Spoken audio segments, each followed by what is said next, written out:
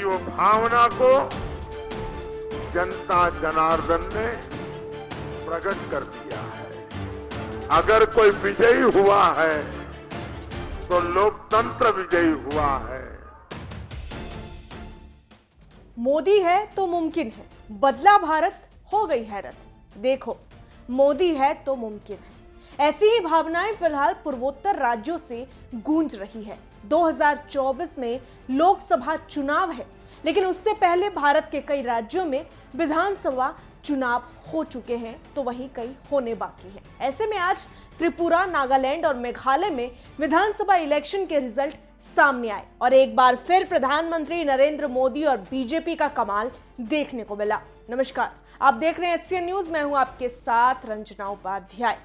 BJP ने साल 2014 से केंद्र में अपनी सत्ता हासिल की, कई ऐतिहासिक फैसले लिए। यहां प्रधानमंत्री मोदी का दावा रहा कि भारत को एक दृढ़, समृद्ध एवं शक्तिशाली राष्ट्र के रूप में विश्व पटल पर स्थापित करके ही दम लेंगे। आज त्रिपुरा, मेघालय और नागालैंड विधानसभा चुनाव 2023 में बीजेपी ने जबरदस्त कमाल दिखाया। तीनों राज्यों की बात करें तो नागालैंड में बीजेपी एनडीपीपी गठबंधन को बहुमत मिली। वहीं त्रिपुरा की बात करें तो वहां बीजेपी ने प्रचंड बहुमत का आंकड़ा छुआ, जबकि मेघालय में एनपीपी आगे रही और यहीं से बात की जा रही है कि हो सकता है कि एनडीए की सरकार मेघालय में भी बने। यहां नागालैंड, मेघालय और त्रिपुरा के विधानसभा चुनावों के नतीजों पर असम के मुख्यमंत्री हिमंत बिस्वा शर्मा ने एनडीए सरकार बनाने का दावा किया है। उन्होंने मंगलवार को कहा कि राजग पूर्वोत्तर के तीनों राज्यों में पूर्ण बहुमत में बीजेपी गठबंधन के साथ आ जाएगी, वहीं एनडीए की सरकार बनेगी।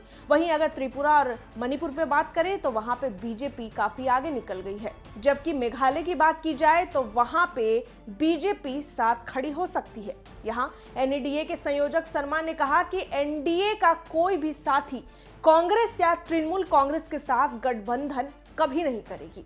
यहां अचरज की बात यह रही कि पूर्वोत्तर के दिल में विपक्ष, खास तौर पर कांग्रेस, कोई जगह नहीं बना पाई और कहीं ना कहीं 2024 के चुनाव में यहां से मोदी सरकार ने कड़ी चुनौती दे दी है। पूर्वोत्तर की बात करें तो तीनों राज्यों में 60-60 सीटें हैं। त्रिपुरा में 16 फरवरी को मतदान हुआ था, जबकि नागालैंड और मेघालय में 27 फरवरी को चुनाव हुए थे। ऐसे में मोदी की पार्टी बीजेपी ने विपक्ष के मुंह पर करारा तमाचा जड़ा है।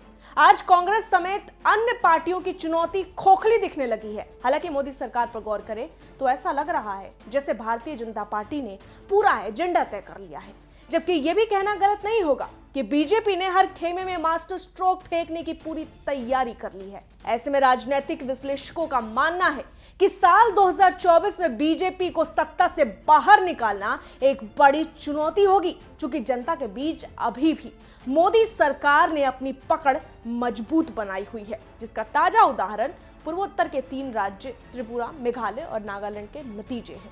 कांग्रेस से राहुल गांधी, मल्लिकार्जुन खड़गे, जयराम रमेश समेत अन्य कांग्रेस लीडर्स, टीएमसी से ममता बनर्जी, आम आदमी पार्टी से अरविंद केजरीवाल, बिहार में जेडीयू से नीतीश कुमार, अन्य विपक्ष यूपी से सपा मुखिया अखिलेश, तो वहीं केसीआर, वहीं एआईएमआईएम के प्रधान असदुद्दीन ओवैसी समेत अन्य राज्यों की विपक्ष पार्टी की सिर्फ एक ही राग है कि साल 2024 की सत्ता से मोदी सरकार को कैसे भी गिराना है।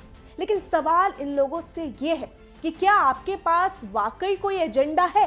क्या नीति है? सोच क्या है? कुछ तय किया है आपने?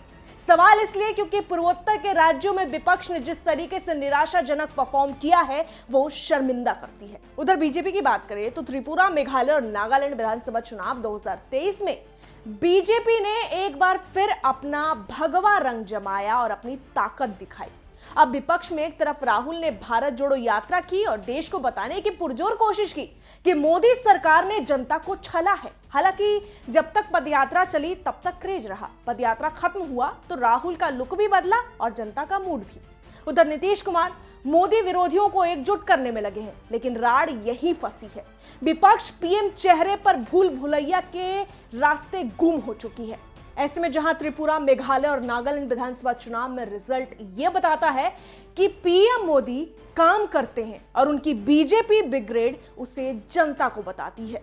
पीएम मोदी का यूं छा जाना कहीं ना कहीं विरोधियों की ही गलती है। ऐतिहासिक फैसले विपक्ष भी अपने राज में कर सकती थी, लेकिन बाजी मोदी सरकार ने मार ली और यही फैसले बीजेपी के लिए मील के पत्थर साबित हुए। चाहे धारा 370 को हटाना हो, ट्रिपल तलाक को हटाना हो या फिर नौसेना को ब्रिटिश निशान से छुटकारा देकर आईएनएस विक्रांत देना और नया निशान देना हो, चाहे स्वतंत्रता सेनानियों की याद में उन्हें बड़ा स्थान देना हो, ऐसे कई अन्य कार्य पीएम मोदी की सरकार में हुआ जो अब तक की किसी सरकार ने हिम्मत नहीं जुटाई और ना करके दिखाया। जबकि मोदी लहर का अंदाजा आप इस बात से लगा सकते हैं कि उन्हें दुनिया का नंबर 1 लीडर का दर्जा दिया गया है। अमेरिका, ब्रिटेन, फ्रांस के अलावा अन्य ताकतवर देशों के बाद आज ही इटली के प्रधानमंत्री ने मोदी की जमकर तारीफ की। उन्होंने बताया कि दुनिया में सबसे ज्यादा अप्रूवल रेटिंग वाला नेता भारत के प्रधानमंत्री नरेंद्र मोदी हैं। यहाँ इटली की प्रधानमंत्री जॉर्जिया मेलोनी ने जमकर प्रधानमंत्री नरेंद्र मोदी के साथ अपनी बातचीत भी साझा की। वहीं पूर्वोत्तर राज्यों के नतीजे के बाद राजनीति में इंतजार है मध्य प्रदेश, राजस्थान समेत अन्य राज्यों के विधानसभा इलेक्शन की, और यहीं से विपक्ष के पास महज कुछ महीने बचे हैं अपनी बुनियादी ढांचे मजबूत करने के लिए, वरना विपक्ष को 2024 के लोकसभा चुनाव में जीतने का सपना भूल जाना चाहिए। फिलहाल इस वीडियो में इतना ही। आपको हमारी खबर पर क्या कहना है हमें कमेंट बॉक्स में जरूर बताएं। वहीं अगर आप इस वीडियो को YouTube पर देख रहे हैं तो HCN न्यूज़ के YouTube चैनल को सब्सक्राइब जरूर कर लें। इसके साथ ही बेल आइकन दबाना ना भूलें। और अगर आप इस वीडियो को Facebook पर देख रहे हैं तो Facebook पर HCN न्यूज़ के Facebook पेज को फॉलो करना ना भूलें। धन्यवाद।